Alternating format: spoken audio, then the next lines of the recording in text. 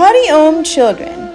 Like every year, this year during the Diwali holidays, a student upliftment camp will be organized in Ahmedabad Ashram from 1st to 7th November under the guidance of our Sant Shri Asharambapu to instill yogic sanskars and moral values in the children for the overall development of their lives. Through these camps, thousands of students are inspired and trained to make India a world guru. Those children who are fortunate to stay in Gurudev's ashram for 7 days take advantage of chanting, meditation, sattvic diet, satsang, and more. A child receives culture from the family, school, and the environment around him. In ancient times, these three were in harmony. But today, a child sees something else at home, reads something else in schools, and experiences something else in the outside world. That's why in the camp, students are taught pranayam, asana, keys to health, tips to get good results in exams, tratak, trikal sandhya, surya namaskar, meditation, chanting mantras that increase intelligence, and more. Pujya Bapuji says, the children who take advantage of the student upliftment camp are very blessed as they do not waste their holidays like other children, but reach the door of Gurudev for their spiritual upliftment and all-around development. Thanks also to those parents who send their children to the camp.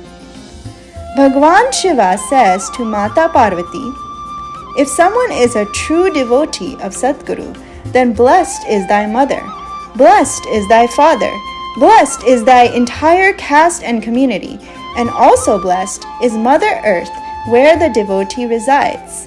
I hope all your children will benefit from this camp. Let's start today's Bal Sanskar session by remembering Pujya Gurudev. Now all children will hum Omkar.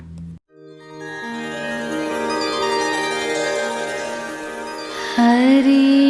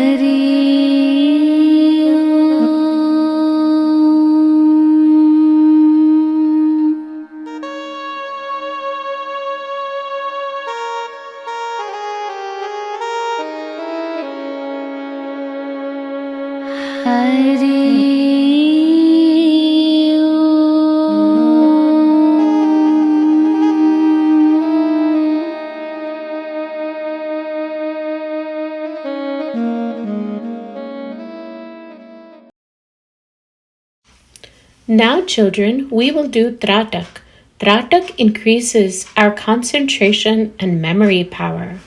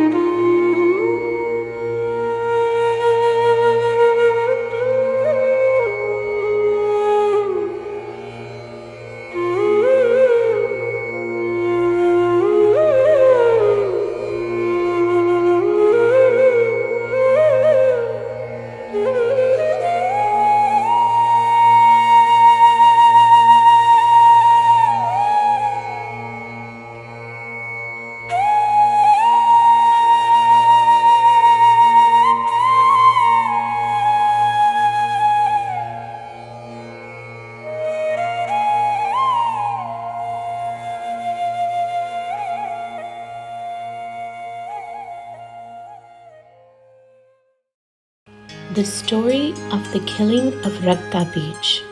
Hari Om, children. In the last session, we learned how Devi Mahakali killed the massive demons Chand and Mund and came to be known as Chamunda. Now the story continues. The killing of the massive demons Chand and Mund and the destruction of their huge army made the demon king Shumb very furious, and he ordered his remaining army to war. Shumb's demon army rushed to attack Mahakali, armed with many weapons. Upon seeing them approaching, Mahakali twanged her bow, and the lion of Ma also began to roar. With this, Devi rang the bell loudly. The combined sound of these three was so loud that the earth and sky began resonating. Then Mahakali made her fierce face even bigger, which scared the demons. And due to this, she got one more name, Vijayani. Meanwhile, the powers of all the devtas in the form of various devis was also reached the battlefield to help Chandika.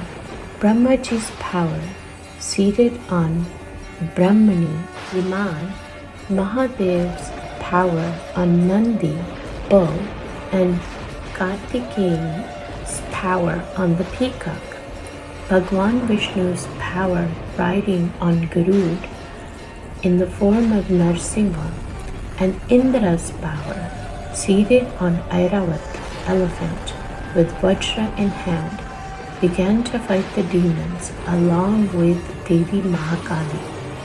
Together they created havoc in the entire army of demons. Mahakali ran in all four directions, trampling the demons under her feet. She picked up and tossed them all in the sky. Her lion uprooted the necks of many demons. Then Devi told Bhagwan Shiv to be a messenger and approach the king demon Shum, conveying the message that if you wish to live, you should go to the netherworld, and if you still pride on your strength, then you must come. All my yoginis, supernatural female sages, as warriors, will chew you raw. As Devi had made Bhagwan Shiv a messenger, she also named Shiv Duti. Upon hearing Devi's message, Shum became even angrier and ordered his most special commander, Raktbeej, to kill Devi. The specialty of Raktbeej was that each drop of his blood that fell on earth created the same number of Raktbeej as him. Raktbeej fought with Devi with the mace in hand. Devi attacked with the trident. As many drops fell on the earth from that attack, the same number of demons were born, and they all fought Devi. With each attack of Devi, his blood would fall on the ground, and many more strong demons like him would appear.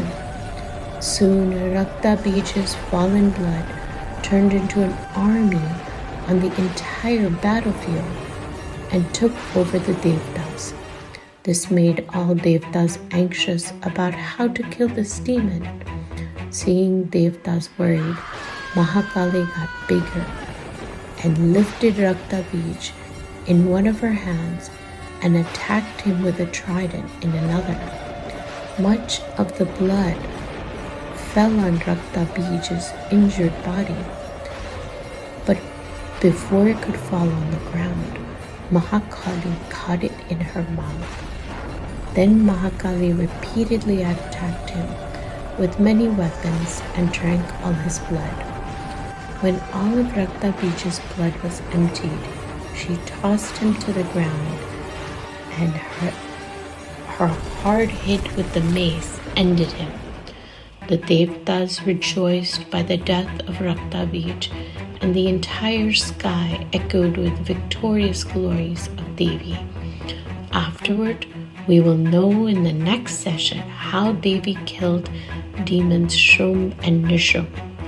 All the children say loudly, Ma Durga Bhavani Ki Jai. Quiz Competition. Now's the turn of the knowledge and science competition. You will be asked a question and there will be 4 options to choose from. You need to tell the correct answer in 10 seconds. The question is, which of the following festivals falls in the month of Kartik? The options are A. Diwali, B. Holi, C. Janmashtami, D. Mahashivratri.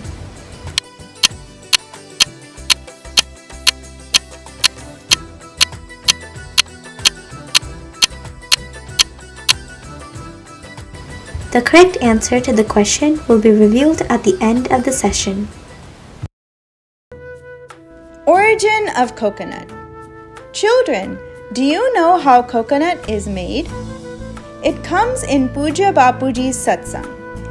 Just as Brahmaji created the universe with the power of penance, similarly, Vishwamitraji also worshipped and created the universe. Brahmaji made rice, barley, and sesame seeds with his resolve, and Vishwamitraji made maize, sorghum, and millet with his determination. When Bhagwan Brahma transformed the babies born from the womb into human beings, Vishwamitraji decided to create a human being from a tree without conceiving, and also made a bit of progress in it. Just like the head of a human being, the coconut was at the beginning of the process of making a human being. Later, all that remained incomplete. His resolution stopped there. The same coconut is today offered to Bhagwan and Gurus in monasteries and temples. Coconut is a symbol of offering one's head. To offer this means to offer one's ego, one's own selfishness. So see, children, how much power is given to man by Bhagwan that he can create his own universe. Activity. Now's the time for the activity. Solve the puzzle. There was a shepherd. He had 19 camels. One day, the shepherd died, and while dying, he wrote his will as follows: Let half the camels be given to my son, let the 5th part be given to the servant, and the 4th part should be given to the maid. The villagers read his will. Now they faced the problem that how can a camel be divided into halves or quarters? Children, is there anyone among you who can help the villagers to distribute the camels fairly? Use your skills. Health safety. Strengthening measures for weak children. For very weak, sick, and malnourished children, you can squirt milk directly from the cow's udder into their mouth. Doing this 2 to 4 times a day will slowly help them get better. Weak and sick people should slowly sip and lick the fresh foam from the cow's milk to help them regain strength. Questionnaire. Get ready for the questionnaire. Where do children get values from? What are the benefits of coming to a student camp? How did Mata Bhavani get the name Vijayini? Why was Mata Bhavani named Shivduti? Who helped the Devi Ma to destroy Shumbha's army? How did Mahakali kill Raktbeej? How did coconut originate? What should be done to increase strength in weak children? What lesson do we learn from today's story? Narayan, Narayan, Narayan, Narayan. With this, today's Sanskar Kendra concludes. We will meet again next week with a new knowledge-enhancing topic. Until then, Hari Om. The correct answer to the knowledge science competition question is Diwali.